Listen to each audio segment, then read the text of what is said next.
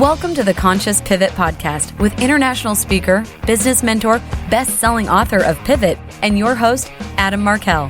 The Conscious Pivot shares the stories and wisdom of people who have successfully reinvented some area of their business and personal life. You'll gain powerful insights into how you can fully embrace new opportunities, increase your performance, and master the art and science of innovation and resilience. So please join Adam as he guides you on your conscious pivot. Hey, everybody. Welcome back to another episode of the Conscious Pivot Podcast. I'm your host, Adam Markel. I feel really honored and very blessed to be in the seat today. I'm just taking a nice deep breath in this lovely afternoon air, and again, feeling so fortunate.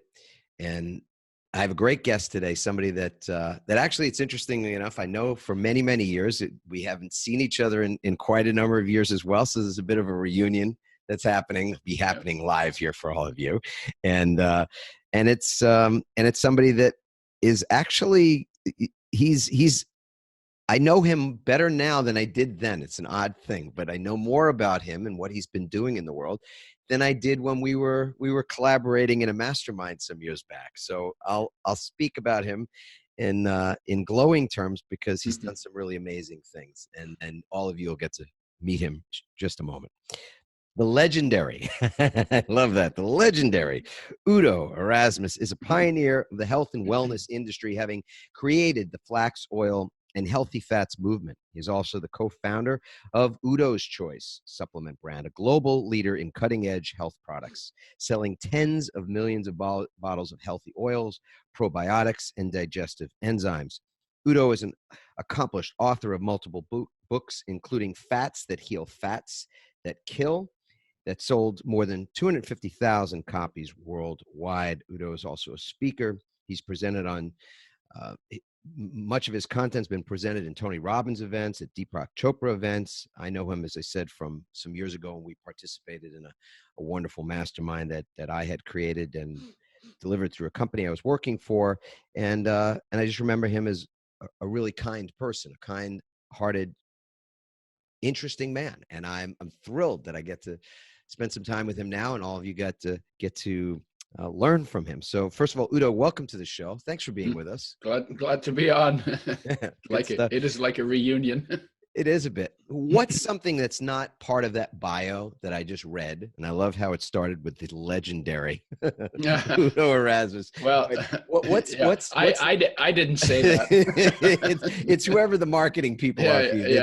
They're doing a good job. But what's not written in that bio, Udo, that you would love for people to know about you? Okay. Lots of things. My first project when I left university was to start a nude beach. And the reason is I was studying biology and we're looking at everything about creatures. And one day it occurred to me that I'm ashamed of my body. And it's like, where the hell did that come from? Yeah. And then I figured, well, how do you fix it? Well, instead of talking about it, I said, why don't you just get used to being naked in public? And so there was a beach off the university. The university is on a peninsula, and sand cliffs go down to the water, down to the ocean. And so I went down to the beach down there and took my clothes off, sat behind a log, and if somebody came by, I would duck. and then pretty soon I'd be walking naked down the beach, and somebody would come, and I'd go and sit down behind the log again. And then it wasn't long before I started. I was walking naked down the beach, and somebody came the other way, and I would just keep walking. Yeah. And then we. This is like a big confession. I was just thinking that. This is in the 60s, 1969. And I had left university in 1968. And I lived in a house with a lot of people. And one day we all got stoned on mescaline and went down to the beach. And when the tide was down, there was mud flats. So there's like mud that if you stood on it, you'd maybe go up to your knees in mud. Right. Just like organic mud. I don't know what it was. And it was messy, soft stuff. And we were stoned on mescaline. We had hair down to our butts, and we had big beards. And we started wrestling naked in the mud, like about 12 of us. And people came, and the people who were on the beach, they just gathered and watched because it was so profound for them. because it was childlike and it wasn't weird. Yeah, and it wasn't just like, and it wasn't was like sexual, it was. right? No. It was like 30-year-old kids playing, right, totally playing like little kids, and not self-conscious about their bodies. No.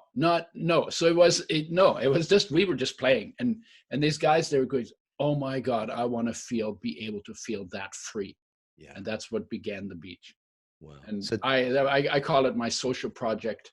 I'm pretty sure, although I have zero double-blind studies on this, that when people get comfortable around how their body is, then they're less likely to do weird things with their body, interesting. sexual and in other ways. Did it turn out to become a nude bathing beach? Still there. Still there. Yeah, and no, it's not on any of the travel guides for Vancouver, but if you come to Vancouver, you go to Wreck Beach, it's still there. There should be like a little thing that says Udo's naked beach. No, you know what? It's not that important to me that I be remembered. What I'd like is that whatever intuitions I have and whatever wisdom that comes out of my, if any, right? That becomes folk wisdom. Because if you think about it, like I have a light here on my face, and I there's a glass window and blinds and carpet and walls and all of this. If you ask me, well, who invented that? I don't have any idea, but I'm the beneficiary of other people in other times, in various places, having done creative things, and I'm the beneficiary of it. And I can be very grateful for all of that without remembering any of their names. Yes. And indeed. and for most people, it will be that way, and I don't expect that it'll be any different for me. But while I'm here, I want to do the best I can to turn this place into a place that works for 8 billion people, and for the planet, and for nature as well. Yeah. So I got to say this, Udo, maybe this is the 160 something episode of our show. Yeah. And I've asked that question at least that many times of people, what's not written in your bio that you'd love for people to know about you. And that to me is the most interesting answer I've ever gotten. I get you get the prize, brother, because thank you. to have started a nude sunbathing beach in Vancouver, where the water, by the way, is quite chilly. I mean, it's not bad. It's not bad. Oh yeah, okay. Well, you Canadians are a little tougher anyway. I'll tell you why. There's a warm current. It's called the Japanese current. It goes up around Alaska, goes all the way down the coast, and then before San Francisco, like north of San Francisco, it goes back into the ocean. And the water in Vancouver is warmer than the water in San Francisco, because of that current. That's also why along the coast all the way up to Alaska, we get rain in winter instead of snow. Yeah. Most of the time. Because the water's warmer. Because the water it's almost like a Gulf Stream then. I hadn't heard that. Yeah.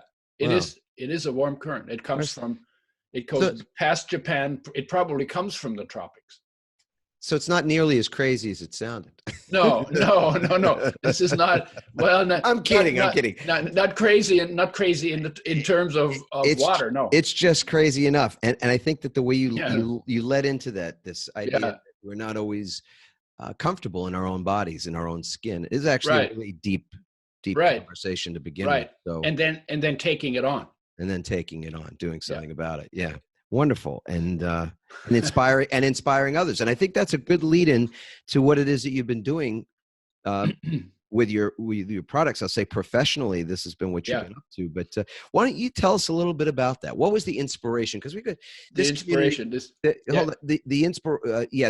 because this community, Udo, is built of many, many people like yourself that have been entrepreneurs, that have had entrepreneurial pursuits and dreams in their lives, some of which have turned out well, some have not. Some are, I would imagine most, if not all, are still on that wheel, looking to create something that does change the lives of thousands and millions, and maybe hundreds of millions of people.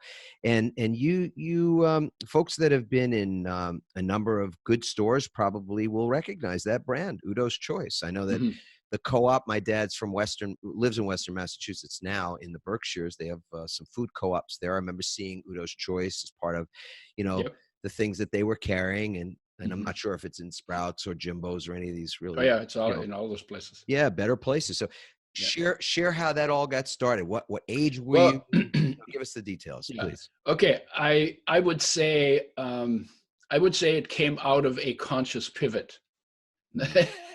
and what was the trigger for the conscious pivot was I got married and had 3 kids. And I mean, my wife had 3 kids. We had 3 kids. Nice correction. And, yes. yeah, and the marriage broke up, and I was really upset, and I wanted to kill something. So I took a job as a pesticide sprayer because I had taken a license to be a pesticide sprayer as part of a gardening job I had. And I became a full-time pesticide sprayer, and I was really careless. Walked barefoot over the lawns I sprayed till the skin peeled off my feet. And people even asked me, "Aren't you worried you're going to get poisoned?" I said, "Nah, I'm immune." This is like, I think people call that testosterone poisoning. Happens to young men until they get their first big. It's the belief that you are superhuman, or nothing can kill you. Yeah, that's what I'm talking about. Right. And after doing that for 3 years, I got poisoned. Duh. Predictable outcome, right? Predictable outcome. I thought you were going to tell us how. No, it never happened to me. No. And I went to the doctor and I said, "What do you have for pesticide poisoning?" And she said, "Nothing." This is such a beautiful answer. Oh yeah. And that was the day the penny dropped for me that my health is my responsibility, and if I don't take care of it, maybe nobody's taking care of it. Right. And out of that, I started, and I had background in biological sciences from the University of BC, biochemistry, genetics, physiology, I had religious experiences of awe studying biology. I loved the topic. And, and I had left university and done all kinds of more like blue collar jobs because I wanted to know what it felt like to be in the shoes of the people living like that. Mm-hmm. I don't know why, but that was, and empathy. and yeah, because I didn't want to be any of those, I didn't want to have any of those jobs for life, but I wanted to know what it felt like. You wanted to understand, yeah. And so but I knew that about you the day that I met you. So this is funny that this is a reunion because you were always kind of a puzzling person to me, little bit of an enigma. You didn't fit the stereotype of some of the people that were in those personal development trainings. You just were different, and I'm sad that I say this now. But well, the good news is we're here today. I'm sad that you and I didn't get a chance then to talk at a level where I would have understand more of where you're. Well, you didn't have you didn't have a podcast then. You're very kind. I was just waiting for you to grow up. You just let me off the hook. You're such a sweet man. All right, back to your story. So I got into the journals to read the journals because I figured, there must be, if I do the opposite of what I did to get it, then I should be able to reverse it, because it's diseases kind of like that. Where are you off and how do you get back on, right? So I was reading in the journals and I got stuck on, I was reading about everything because, and it was based on nutrition and health and nutrition and disease. Because if the body's made out of food, it's actually food, water, air, and light. But at that time I was thinking, if the body's made out of food and something goes wrong, if you raise the standard of your food intake, you can rebuild 98% of your body within 1 year to that higher standard. That's what healing is about. The body's always turning over. Every year, 98% of the atoms of your body are removed and replaced. If you eat the same junk this year that you ate last year, you'll build the same junk body. But if you raise the standard because the junk diet isn't working for you anymore, you raise the standard, within 1 year, 98% of your body has been rebuilt to a higher standard. That's why healing is possible, because it's always turning over. It's that regeneration. So, body is a major construction site. Yeah. 24/7, always something. When you go in the shower and you wait in the shower long enough and you rub your skin, stuff comes off. We used to call them sausages when we were little kids because they feel like little sausages on your skin. You know what I'm talking about? I do, yes. Yeah. Well, that's your body coming off. But it doesn't come off just from your skin. It also comes off from the inside lining of your digestive tract, which turns over every 4 days. So it's not like everything takes a year, but some of the fast growing tissues, liver, but especially the inside of the digestive tract, that tissue turns over every 4 days because there's so much going on there. And you're drinking 12 times your body weight in water every year, right? So obviously that's all going through and washing through you. You drink more or the water's cleaner, it's going to do a better job in your body. So it's a filtration system. So yeah. So what you they say get a filter or be a filter, right? Be a filter, right?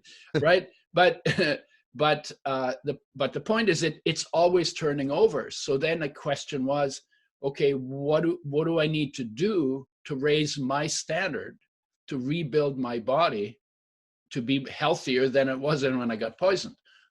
Other than not spraying pesticides anymore. That was the obvious starting point. Right. And I got stuck on oils because oils are our most sensitive nutrients. They need the most care. They're damaged by light, by oxygen, and by heat. They need the most care, and we give them the least care. We throw them in the frying pan, and we wait till they boil and then smoke. And if you turn something into smoke, you've changed its chemistry. Right. And it's going to affect your body different. And I just got, and then it was, this was 1980 when I got poisoned. 1981, it was established that omega-3 is an essential nutrient, which means you can't make it in your body. You have to have it to live and be healthy, and you have to bring it in from outside. And if you don't get enough, you go down, your health goes down. And if you don't get enough long enough, you die. So this is like really important stuff. And if you're going down because you're not getting enough, but you bring enough back into the diet that's too low in it, then all the problems that come from not getting enough are reversed. Because life knows how to make your body work, provided you take responsibility right here to make sure that all of the building blocks land in your body in optimum amounts so that life can do its job. And yes. I got excited. Then we found out 99% of the population doesn't get enough omega-3s for optimum health. Every cell needs them. They're essential. There are not a lot of good sources. They are super sensitive to damage, more sensitive than the other oils that we wreck, like 5 times more. Yes. So you're having this awareness for yourself as you're wanting to reverse. Yeah. I'm just talking to myself at this point. At this point, seriously, right? You're just going, okay, so I did something stupid. I realize that now, and I want, and can I actually reverse engineer the solution from what I did that didn't actually serve me? Right. And then when all of that happened, when I just went, I say to people, I had an orgasm. Oh my God, if we could make oils with health in mind, and all that requires is protecting them from light, oxygen, heat, and bring back the omega-3s that are too low in almost everybody's diet, we could help so many people. And I went ballistic. That was like, I got so lit up. It's like, finally, I found a purpose in my life. Finally, I have something, because I did lots of stuff, and I never ever felt like there was anything I was doing that was really worth doing. Yeah. And what age are you at this point? At this point, I'm approximately. 1980. So I was 38. I got poisoned when I was 38. Uh-huh. And then I developed a method for making oils with health in mind, because the industry didn't do that. And it's interesting too, Udo, right? That you get out of a marriage, right? Ends in a, as many of them do, with unfavorably. unfavorably, mixed feelings, etc. So you decide I need to kill something. The feelings were very clear. I was pissed.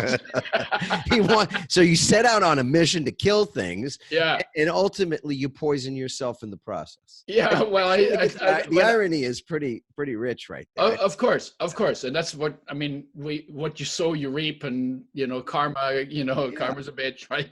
I mean, you know that what you put out will come back. I mean, we live on a planet right now where we've done a lot of things that are coming back to us. We can't to the environment. This piece, right? No. Because this is self-awareness, right? That's why I'm pointing it out. Is that there's an element of anything that's going on in our lives. There's some great irony. There's you can find tremendous humor, and most of it makes a lot of sense, actually. Yeah. I mean, because what's going on in the planet that's messing it up. We did that. We did it. Exactly. And Mother Earth didn't do it. And what's going on in our politics that's really messed up. We're doing that. It's all about us. And what's not working in our health, we're doing that. And what's going on in relationships, we're doing that. We're all doing it to ourselves. So my view is we need a transformation. And the transformation is about getting back in line with nature and our nature. Yeah. And then we haven't given that much thought, and we haven't given that much effort. Yeah. Anyway, when was Udo's choice birthed then? So I got poisoned in 80. I had this epiphany in 1981. I then developed the methods for making oils with health in mind. And we put out flaxseed oil. I wrote a book because I thought what I was learning in my self-studies was stuff that I never learned at university, and there must be people who can benefit from it. So I wrote a book that was published in 86. Flax oil came out in 86. Then I did that for 3 years. Flax oil is now a $1 billion a year industry worldwide. And then then I parted company with that's a whole other story that I'm not going to get into, with the company that I started. And I have no business background. That was all built on enthusiasm. Right. Just we were on fire for doing something. I had no question that I could get it done. Yeah. I didn't make much money on it because I wasn't thinking about money. It wasn't about money. I just wanted to do this thing that would help so many people. Right. So then, and then I came, then I took a hiatus and I rewrote the book that I had written in 86. That came out in 93 as Fats That Heal, Fats That Kill. And Udo's Choice started in 1994.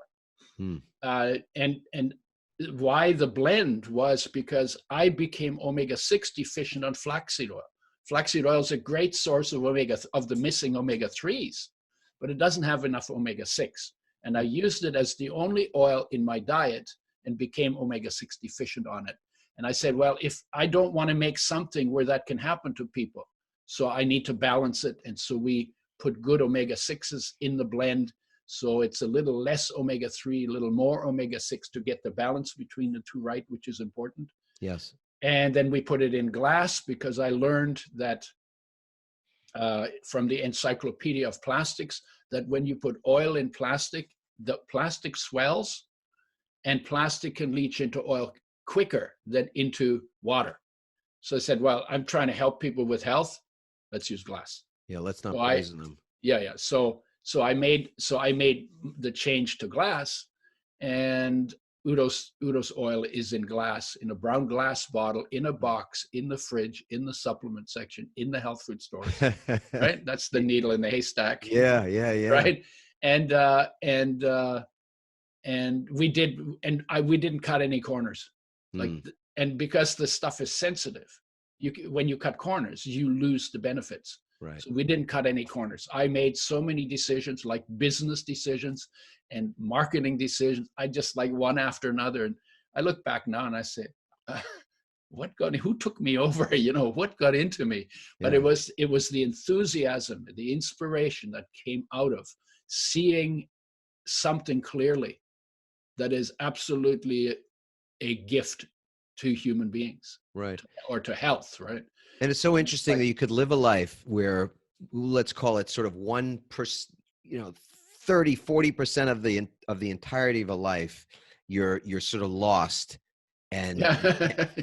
and have no real, true clarity of what's Yeah. my purpose, what's Yeah. my, Yeah. mission. Because people, I Yeah. think, they don't necessarily understand that could be the case. And some people will stay with the Right. job or stay in something that they know isn't Right. their true highest Right. expression, but they're afraid that if they leave that or give it up or start searching or seeking, they'll never Yeah. find that thing. Right. And you're one of those Well, examples of somebody who did. Yeah. yeah, and I didn't know that I would find it either. No, of course you didn't. And So it came out of a poisonous. but but Yeah. let me talk just a minute about purpose. This was purpose. This was doing purpose. I was already pretty clear about being purpose, because the purpose, in my view, the purpose of human life is to be fully present in it. So not doing anything necessarily, but to be fully present in it and to recognize by our own experience what an incredible gift it is for dust and water to have the human experience. Yes. Right. And so I was already doing that. That hit me when I was 30. And I started doing a practice that I've now been doing for 47 years, about every day taking some time, sitting still, shutting up, see how still I can get, see how deeply still I can get, see how long I can stay there, and see what I discover in my own experience when I do that. And I do that pretty much every day, and I've been doing it for 47 years, and it gets better and better. My body's getting older, but my experience is getting younger. Udo, I don't know if you remember this from our days in the mastermind, but when I was leading those trainings, I would share this one ritual that was really important to me that came out of a similar inquiry, where the one thing I wanted to do was to consciously create my life experience. And so to do that, I thought, well, maybe it makes sense at the very beginning of a day, when we've got a brand new day and don't know where anything's going to lead to, where anything's going to go. It's all unknown. But this is the starting point. Why not, as my grandmother would say, start on your right foot. Put your right foot out. Right. And that just seemed to be to answer that question consciously. As you pointed out before we even started the recording, the conscious pivot. Those pivots are our thoughts. There are so many things. They're not just what we do with our, for a living or in our business. But so you can ask yourself, how do I want to experience myself being today? Yeah. And that process of creating a conscious answer to that question is really profound. I mean, I'm sharing this now with all of our listeners to say tomorrow, that could be the way you begin the day, to ask yourself that question. How do I want to experience this day? Because most people will not say, what, I want to experience this day. I want to be angry. I want to be resentful today.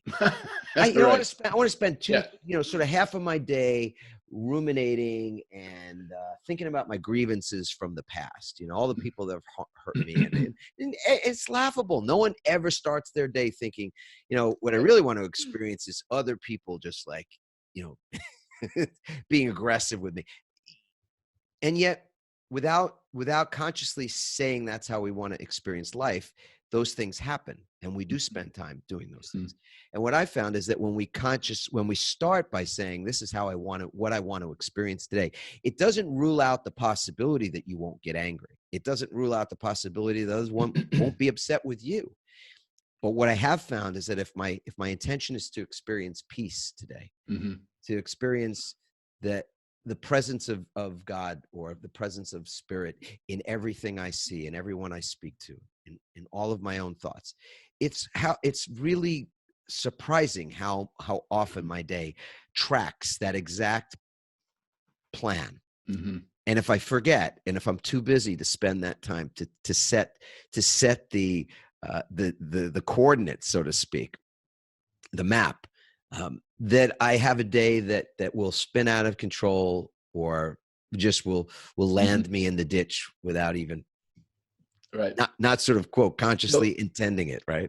So you said your grandmother, get out of bed on the right side, on the right foot. She would say, leave the house on the right foot. That was her way of saying. Your grandmother. My grandmother, yeah. Then you were a little kid and you took that seriously, and then you put your right foot out and you made sure that it was that you were conscious it was the right foot. Wasn't that the ritual? That's the ritual. And yeah. To this day, remember it. I leave the house. Yeah. And I will sometimes walk back in the house if I feel like I'm leaving the house unconsciously. Yeah. I'll come back in and leave with my right foot. Yeah. Okay. So for me, there were two pieces to that. The one was I wanted to feel whole. I wanted to feel present. I wanted to be fully present in all of my being. That for me is the right foot. Yes. Okay. And when and then when I began, I would do that and I'd get into this beautiful place, and then I'd get out of bed, because I used to do it in bed. It's like I used to say, I want to check in to see if I'm still there.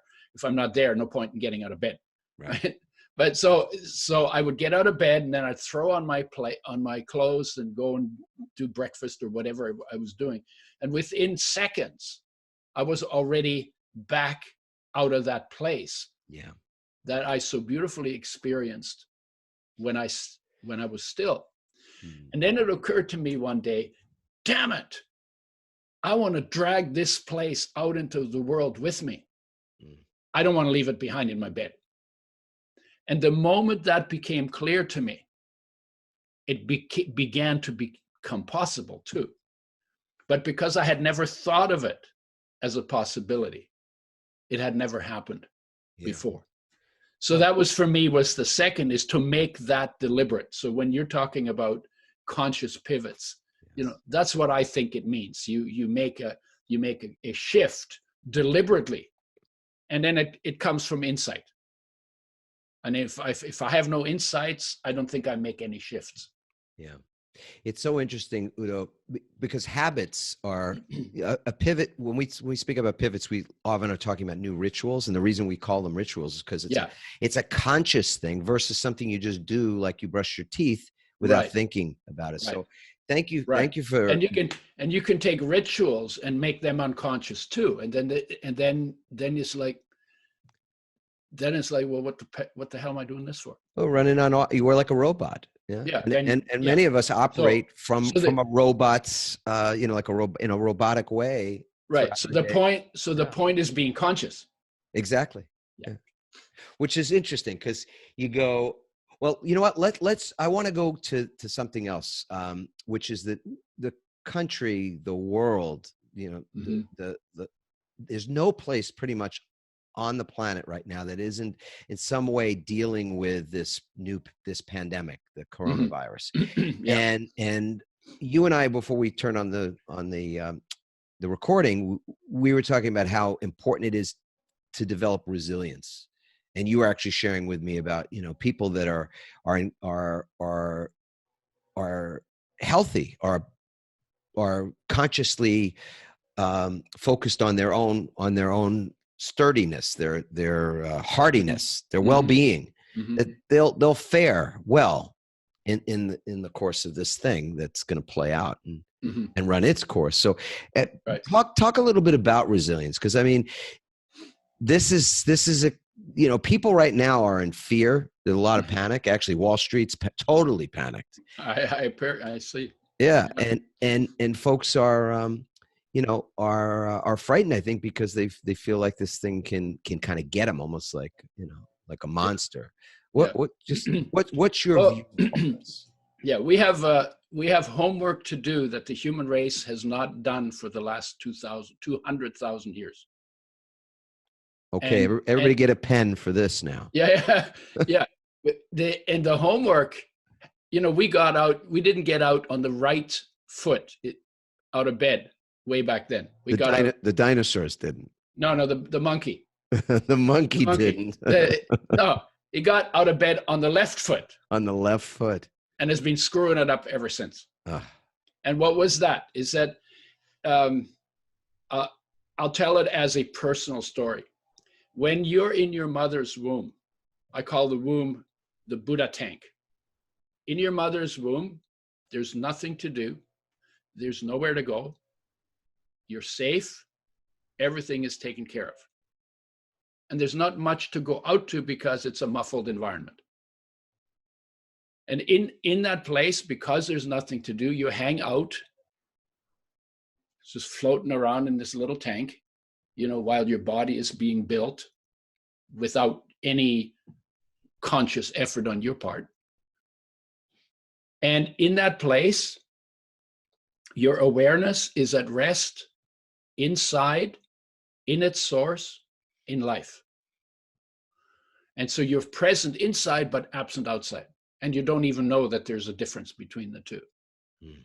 That comes when you get born. When you get born, everything changes. And now you have to get to know the world. So the way life created us is your awareness comes out through your senses into the world of what I call the world of surfaces of things. And you have to get to know that world because you have to survive physically in it. And so in that process, your awareness goes from being present inside, absent outside, to being present outside, absent inside. Mm. We are disconnected from ourselves in that process. And with that disconnection comes a discontent, a not feeling whole, something's missing. An incomplete, yes. An ache, a pain. And we feel that pain here. We call it heartache when somebody dumps us. We call it loneliness when we're looking for somebody. We call it emptiness when we have nothing to do to distract ourselves from it. We call it, I have 10 pages of different words that people call it. Yearning, striving. Longing. Yes. Longing. Yeah, all of that, right? And Adler said that the psychologist, this is profound for a guy who said this in the 20s or 30s. He said, the innermost striving in every human being is a striving to move from a felt minus to a felt plus. In other words, a striving to feel better. Yes. A striving for perfection and a striving for God-likeness. And then he answered it by saying, well, being socially responsible and taking interest in the interest of others, that's what fulfills that longing. And I'm saying, no, that's not what fulfills that longing. What fulfills that longing is you making the time to bring your awareness back to that place where it was before you were born. Because when you bring your awareness there's your peace, there's your wholeness, there's your fulfillment. There's where your inspiration comes from. There's where your love lives, in that place, inside, in you. And that love is unconditional because it's life loving your body unconditionally. There is your model for unconditional love. When you're able to do that, when you're able to stay in that state while you're putzing around doing what you need to do, then you can bring that into everything that you're doing. And now you can be simultaneously present on the inside and the outside, not just either one or the other. Yeah, it's beautiful that the visual of taking it with you, taking it out with you, because I think a lot of people know what it feels like to be at peace when they're when they're praying or they're meditating or they're just some bit of stillness they've gotten. And what I think most happens, and at least this is my experience, I don't think I'm alone in this, that you enter that peaceful state and then you go out in the world and 2 hours later, someone's beeping a horn at you at the light because you didn't hit your gas quickly enough, and you're already got cortisol pumping up, like me, I'm an old New Yorker. I live in Southern California now, but it's like as soon as that horn gets up, it's like I'm ready to get out of car and you're ready to do battle. Oh yeah. And so we have this building something, like building consciousess or building presence. And the next moment we wreck it. So building and wrecking. And if you can imagine going to a job site and spend an entire day building something beautiful, and then that evening take a wrecking ball to it and then have to start over again the next day. It's so we have to do enough of that we become more interested in staying in our presence than to become the victim of somebody honking their horn behind us. Or, do you know what I mean? I do, because it's that idea. Why aren't you? So my question would be, why aren't you so in love with the beauty of your existence that if a bee buzzes over there, or a car honks over there, or somebody talks about a virus over there, you stay in your space, because that's where your fulfillment lives. That's Yes. all. That's where everything you really want, everything is there. You already have all that. Why are you letting trivialities pull you away from that? And that's because, and I would say, you need to deepen your practice of stillness, and you need to deepen your commitment to live from that place. And I'll plus that by reminding our folks and myself and you, Udo, of what you said a moment ago, which is this: there's something different. And I haven't used what you just were describing a moment ago, but you were riffing on this idea of my grandmother's, leave on the right foot. And here you are in stillness, and then 20 minutes later, it's as if it didn't even occur, like you didn't even do it. But that conscious decision to take it with you, to leave with it, to bring it with you, to stay in it, and to give it expression. Well, listen, here's the good news about these things. You guys hear it, and you get to try it on for size. That's what I'm going to do. I for me, visual analogies or examples work well. And I'm going to do something we call like habit stacking. I'm going to stack Udo's example and my grandmother's, because I've had that embedded for a long time, and see if I can get a little extra mileage. Yeah, I'm sure you'll get extra mileage out of my meditation practice. So take that back to the virus and the confusion about it. Yes. So what I'm saying is, the reason why we're confused and why we're all over the map is because we haven't done our homework. The same homework that people didn't do 200,000 years ago, but we're up against having to do it now, because we're being threatened by we're being threatened by extinction if we don't make the changes. It's the threat of lots annihilation. Of ways. Yeah. Mm-hmm. So how about this? I'm alive. Love how good that feels. Because I love how good it feels, I want to be around as long as I can. So I pay attention to what I do. The first thing is that when I turn on the television and everybody is all over the map about who should say what about what and what this virus is and blah, blah, blah, blah, blah, why don't I just get slightly informed, but without losing my connection to the beauty of my life? Yes. And then the virus starts to look different. Yes, it's about 30 times more lethal than flu. Its infectivity is a little less than flu. So that's a good thing. And we've heard enough about them finding that it affects older people more. So I'm 77, so I should be freaking out.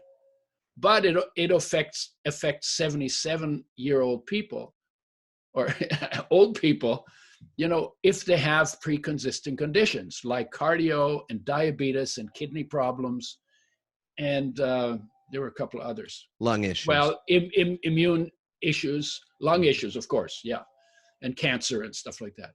Well, guess what? At 77, I don't have any of those, because I like being here and I pay attention and I do certain things that are helpful. For instance, probably the single most effective thing you can do if you get the virus, that's also true for flu, and I do it, and I hardly ever get one, is that you take digestive enzymes, you open them up in your mouth. They have to be enzymes that have protease in them, which digests protein. And the enzyme in your mouth, when these viruses come out of your cells, digest the protein coat off the virus and put that virus out of commission. Now, you're not getting told that on Fox or CNN, because they haven't been paying attention. You're getting it from me because I have been paying attention. And I've been paying attention for a while.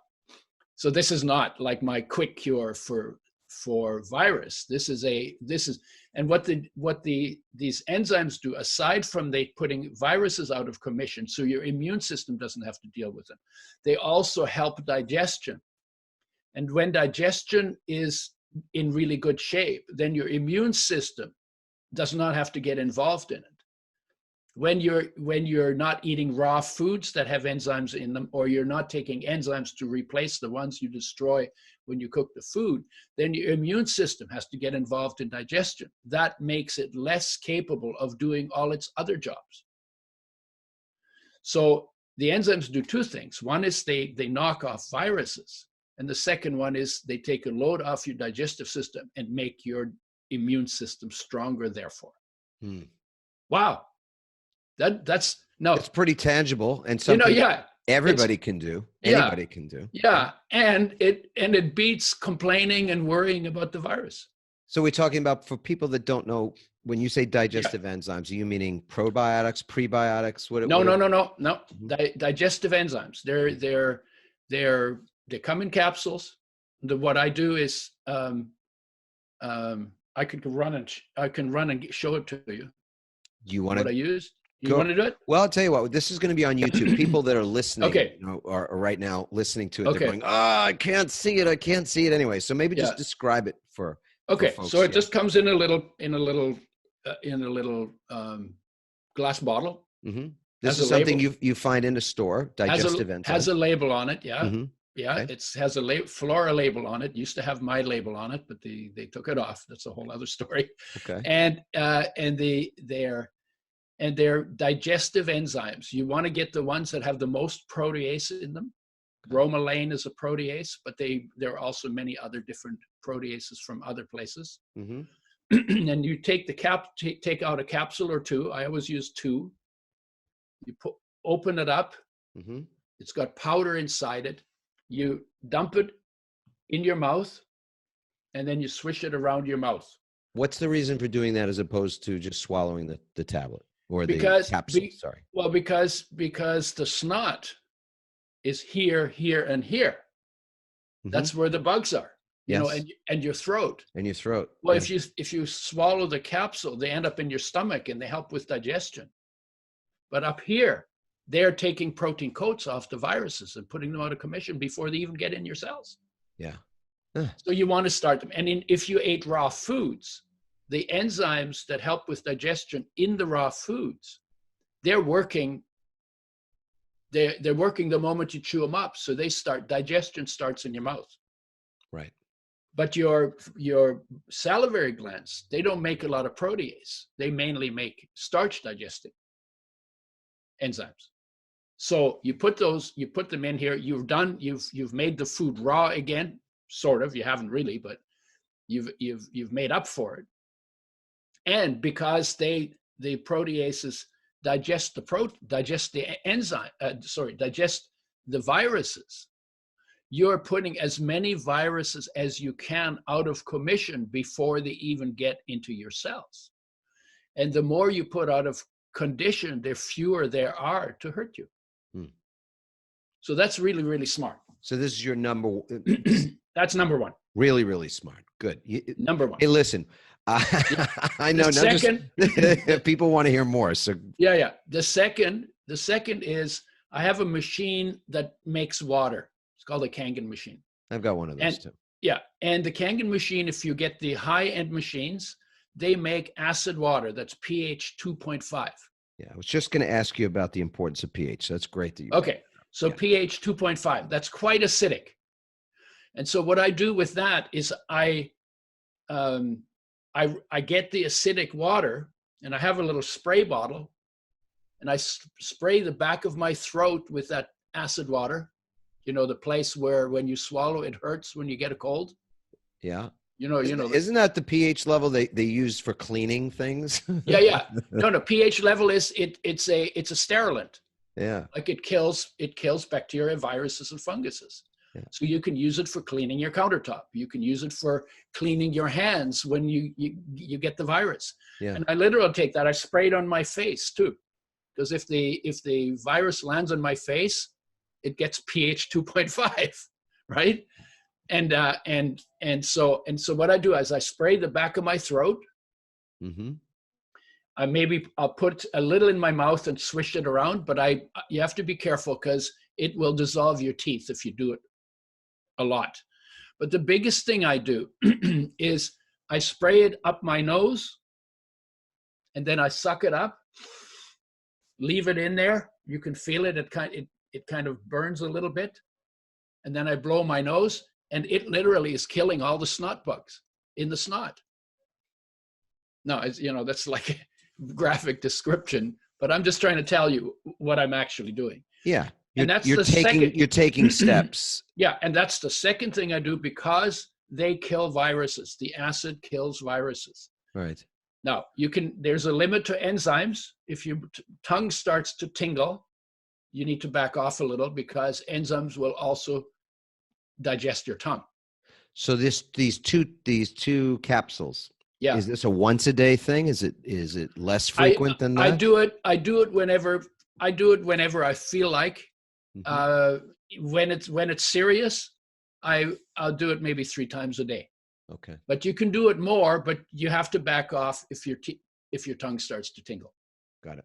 Yeah, because enzymes will digest whatever protein they come in touch with, but the more snot you have and the more congested you are, the more of them you can take before your tongue tingles, which is also really interesting. Yeah, interesting. Right. Mm-hmm. And then I snort the water back, then I blow my nose, and I'll do that about this. I'll do those two one after the other. It's almost like a neti pot kind of a thing. It's kind of like a neti pot. Yeah, except I'm using acid water because if you're just putting water in the neti pot, you're cleaning out the stuff, but you're not killing the viruses. Yeah. I don't know that I've done this right, but when I've done that, I've used baking soda and in the neti pot. Yeah, and sometimes I think hydrogen peroxide or something like that. Yeah. Those will work too. Yeah, interesting. Yeah. So that's the second. Do you have a third thing that you do? Yeah. I do. No, I forgot what it was. The third thing is no sugar. Yeah. And this is the part that people hate to hear. and limit starches, because when you take a teaspoon of sugar, you knock down your immune system to up to 5 to 8 hours. And why would you want to do that when you're trying to fight a virus that you're afraid of? You know what I mean? Is it the same with dairy, Udo? Because dairy is inflammatory for me anyway. Dairy has some sugar in it, and dairy produces phlegm, and phlegm is great stuff for critters. Yeah. So good idea, but the sugar I think is the worst thing. Eat green foods till they're coming out of your ears. There's some people who use zinc. Zinc, if you're deficient in zinc, then that compromises immune function. But if you can, I think 15 milligrams is the recommended dosage. You can go up to of zinc. Yeah, you can go up to 50 or 60 milligrams. That will help you in situations like this. You don't want to go over 100, because if you take too much zinc, then it becomes actually immune decreasing instead of immune enhancing. So zinc, vitamin C is also commonly used. You can gargle with salt water. Do you love apple cider vinegar? Are you a fan of? I'm a fan of it, but not for this. Not for the virus. Not specifically for the virus.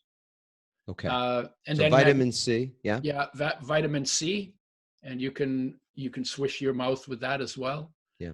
Magnesium is involved in every energy reaction in the body. The more energy you have, the more all of your cells can do their jobs. And then omega-3s for the same reason, but they need to be made with health in mind. So I'm not talking about a pill of fish oil. I'm talking about omega-3s. I take about a tablespoon per 50 pounds of body weight per day. Yeah. And that's not specific to the virus. That's specific to increasing the body's ability to energize the cells. And we've measured 40 to 60% increase in stamina in athletes when they take a tablespoon per 50 pounds of body weight per day, mixed in foods and intake spread out over the course of the day. Omega-3. Omega-3 and 6. Mm-hmm. Basically, Udo's oil is what we did the studies on. Yeah. And these are oils, not oil in capsules? No, not in capsules. Because you need 14 capsules to get a tablespoon. And if you need 2 to 4 tablespoons, you're talking about a lot of capsules. Sure. They're 3 times more expensive, and the gelatin is not helpful. Got it. So, and never fry with oil like that, because the better it is for you when it's fresh, the worse it becomes when you fry it, because you're damaging the oil, and it will then damage your health. So, what else? Oh yeah, probiotics. Probiotics are not specific to the virus, but specific to your immune system, because they govern what goes on in your digestive tract with other critters. And there are a lot of unfriendly critters in our digestive tract. They have to be balanced, or they have to be kept in check with good critters. And don't take antibiotics, because antibiotics kill both good and bad bacteria and have no effect on helping kill viruses. They're completely ineffective against viruses. So they're actually counterproductive, because they mess up your microbiome in your digestive tract.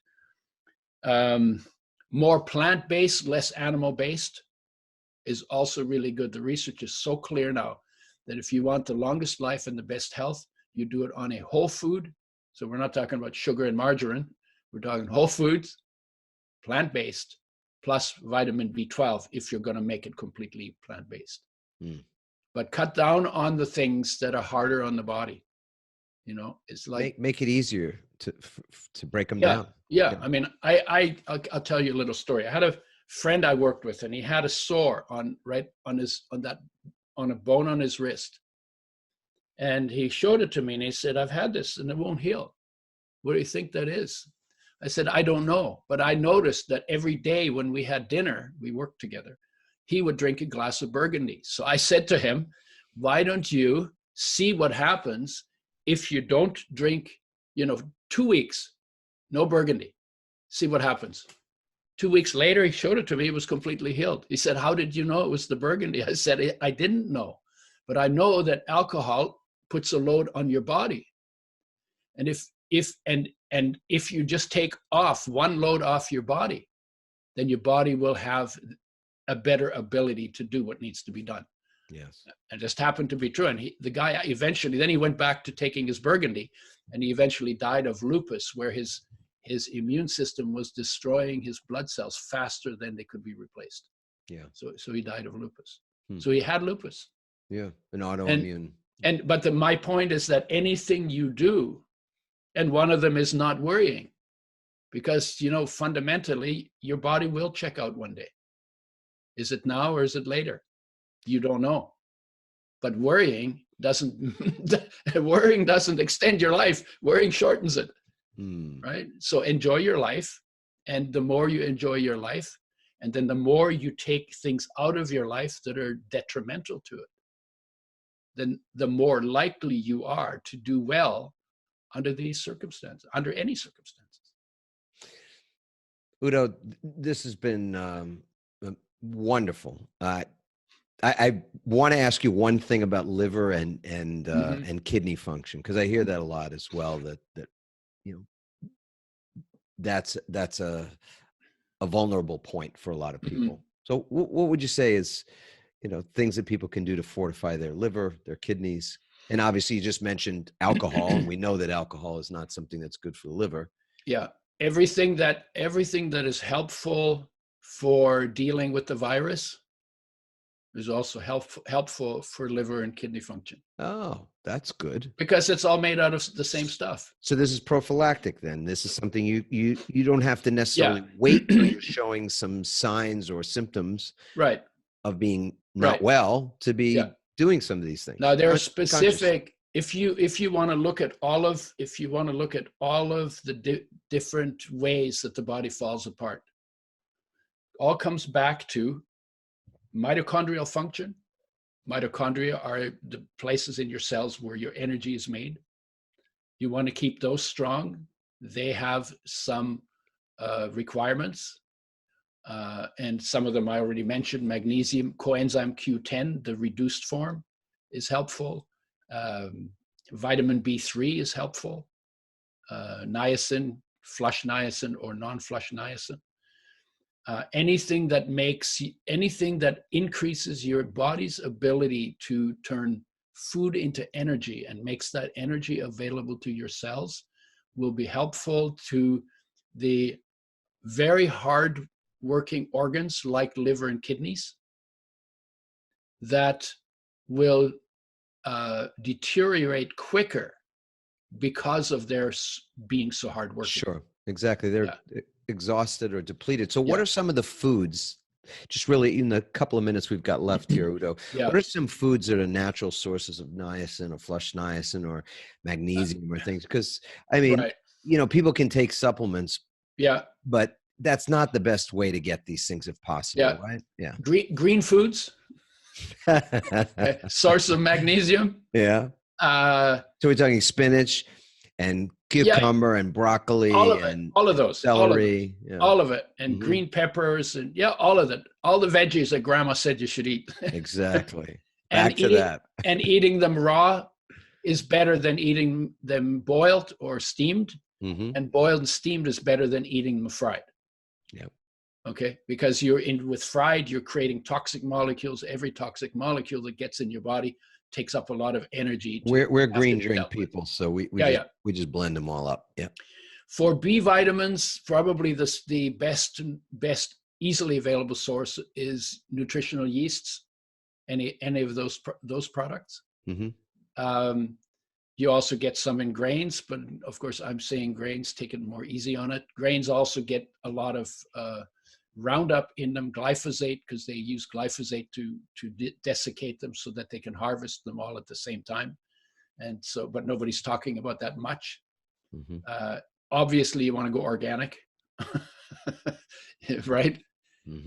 You know, and if you have a house and a yard, tear up your lawn and grow your own. Grow it yourself, because then you know what's on them. Then you know there's pesticides on them only if you put them on. Exactly. Right? And so so I'm a big proponent of growing as much food as you can on your windowsill and in your garden. And why? Because transportation. We're talking about what's good for your health. That's the freshest food you're going to get, because you literally can take it out of the garden, eat it, and your fresh vegetables from the grocery stores are maybe 2 days, 3 days, 5 days, 7 days, 14 days old. Yeah. Right. So, and then, live your life like it was worth it, because it is. But then you have to spend the time, get your rest, right? If you're stressed out and you're not getting your rest, that's hard on everything. So to actually sit down, you get more rest from sitting still awake for an hour than you get from an hour of sleep. Because in your hour of sleep, your mind rambles through all your crazy stuff that you have. When you're deliberately awake and focus on just being present, being awake, you're consciously doing that. So you have control over that. And when you get good at it, because it takes practice, because we're not that good at it because we don't practice. We practice going out, we don't practice going in. But as you get better at it, you end up finding out you need less sleep when you can get more stillness. So anything, and the virus, if the virus is something that pivots you to taking the beauty, the magnificence of your life a little more seriously, then it's a good thing. Absolutely. You know what, right? Udo, that's the perfect segue into how we will exit the show. But the landing that, doing what I would say is a gold medal job of putting us on our 2 feet at the end of that with what is there to be utilized. That's one great alchemy example that you've given us, how you could take something that people are really upset and rightly so that we be concerned, and look at the creative opportunity in that for our living a better life overall, and that could be in many ways the ripple effect if that's what we're seeking to take from it. If that's what we do with it. Yeah, for sure. So Udo, I have so enjoyed reuniting with you for this show. Me too. What a blessing. What a blessing. And I know people are absolutely loving it and probably really wanting more as well. So as always, there'll be show notes, which include links to the company that Udo, the products and things that Udo has been sharing with the world for so many years. So show notes will include more information about Udo and his companies and the products. We'd love to get your comments as always. So please leave those at adammarkel.com/podcast. Leave a comment there. You can email us at team@adammarkel.com as well. Questions for Udo or for myself. And you can follow us as always and continue the conversation on Facebook and all the other social channels. But cool. I have so enjoyed this, Udo. Thanks you so much. Yeah. Thanks for doing this. Yeah, it's a pleasure. Very cool. Everybody be resilient out there. All right. Do something, as Udo has suggested, take that opportunity to be more conscious, experience yourself being someone that is so in love with life, really, that you just want to keep going. And you'll see that so many forces of nature, miracles even, will sort of come to your aid because that's your true intention. And I know for me, those 4 simple words are the way I start the day, and I remind myself every day that I truly do love my life. And I hope that's the same for all of you. So I'll say ciao for now. Udo, again, thank you so much. All right. Thank you.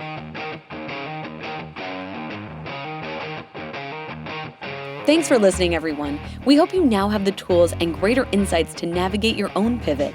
Help us inspire others by sharing this episode and leaving your comments over at adammarkel.com/podcasts. For more tips, strategies, and support as you consciously pivot into a new business and lifestyle you love, join our Pivot community on Facebook at pivotfb.com.